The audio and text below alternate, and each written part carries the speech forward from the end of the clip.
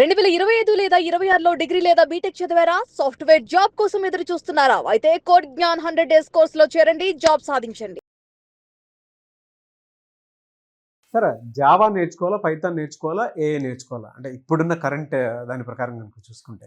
ప్రతి స్టూడెంట్‌కి, ప్రతి పేరెంట్‌కి ఉన్న కన్‌ఫ్యూజన్ అండి ఇది. ఎందుకంటే బయట అంతా ఏఐ గురించి మాట్లాడుతున్నారు. సో ఇప్పుడు మన పిల్లలకి జావా నేర్పించాలా, పైథాన్ నేర్పించాలా, లేదా ఏఐ నేర్పించాలా అని చెప్పి. యాక్చువల్‌గా జావా సపరేట్‌గా, ఏఐ సపరేట్‌గా, పైథాన్ సపరేట్‌గా, ఏఐ సపరేట్‌గా నేర్పించకూడదండి. జావా విత్ ఏఐ నేర్పించాలి ఆర్ పైథాన్ విత్ ఏఐ నేర్పించాలి. ఏఐ అన్నది టూల్.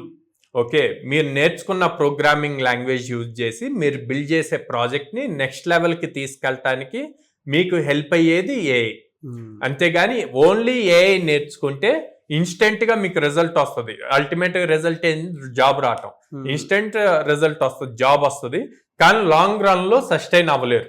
అంటే 2 years 3 yearsకి మళ్ళీ ఈ లే ఆఫ్స్ ఇవన్నీ వస్తాయి అన్నమాట. సో మీరు కెరియర్లో సేఫర్ సైడ్ ఉండాలి, నా జాబ్కి ఎలాంటి ప్రాబ్లం ఉండకూడదు అంటే కంపల్సరిగా ఏదో ఒక ప్రోగ్రామింగ్ లాంగ్వేజ్ నేర్చుకొని దానికి ఆన్ టాప్ ఏఐ టూల్ని యూజ్ చేసుకుంటే కనుక మీ కెరీర్ సేఫర్ సైడ్ ఉంటుంది. ఎందుకు? ప్రతి టూల్కి బ్యాక్గ్రౌండ్లో ఒక సాఫ్ట్వేర్ బిల్డ్ చేస్తారు.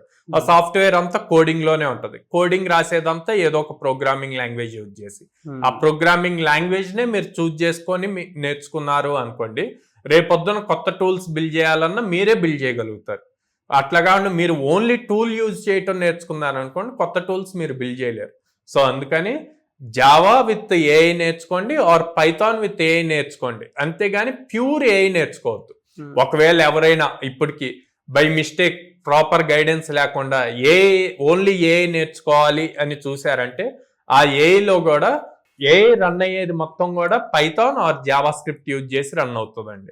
సో అందుకని కంపల్సరిగా మీరు ప్యారల్ గా పైథాన్ ప్రోగ్రామింగ్ నేర్చుకోవటం కానీ, జావా స్క్రిప్ట్ ప్రోగ్రామింగ్ నేర్చుకోవటం కానీ చూడండి.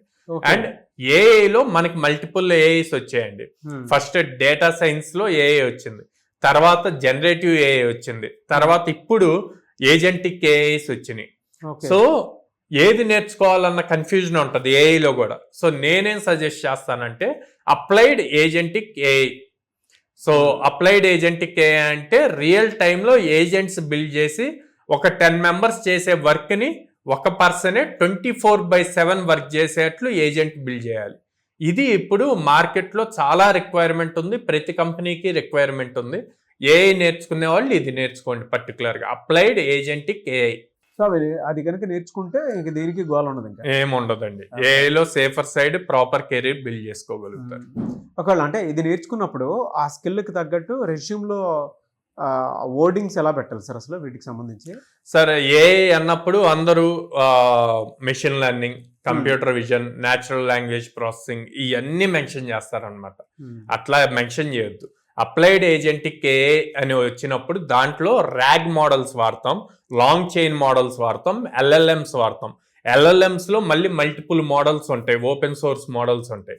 ఇవి పర్టికులర్గా ఏ మోడల్స్ వాడారో క్లియర్గా మెన్షన్ చేసి ఆ మోడల్స్తో ఏ టైప్ ఆఫ్ ప్రాజెక్ట్స్ బిల్డ్ చేశాము, ఆ ప్రాజెక్ట్లో యాక్యురసీ లెవెల్ ఎంత ఇంక్రీజ్ చేయగలిగాము అన్నది కనుక ప్రాపర్గా రెజ్యూమ్లో మెన్షన్ చేస్తే షార్ట్ లిస్ట్ అవుతారండి.